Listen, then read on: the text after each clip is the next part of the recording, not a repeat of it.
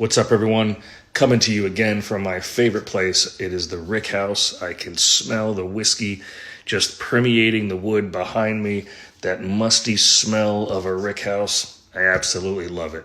So what are we talking about today? Well, I'm going to talk about a little bit of bourbon history again, answer a question out there, see what you guys know and what you don't know.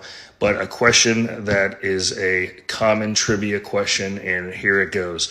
What was the first bourbon to be bottled and sealed and sold? And if you've guessed Old Forester, that is what we're talking about today. Old Forester bourbon. It is the longest running bourbon that has been sold in the world since its inceptions in the early 1800s, again in a sealed bottle. For medicinal purposes is what it was used for many, many years ago, and it was actually named Old Forester with 2 R's after Dr. William Forster, who basically endorsed the consumption, for medicinal purposes back then, or so they say. But in order to, I guess, alleviate Dr. William Forster from any legal troubles, they actually took 1 R out, and now it's spelled as it is on the bottle that you see here in this video.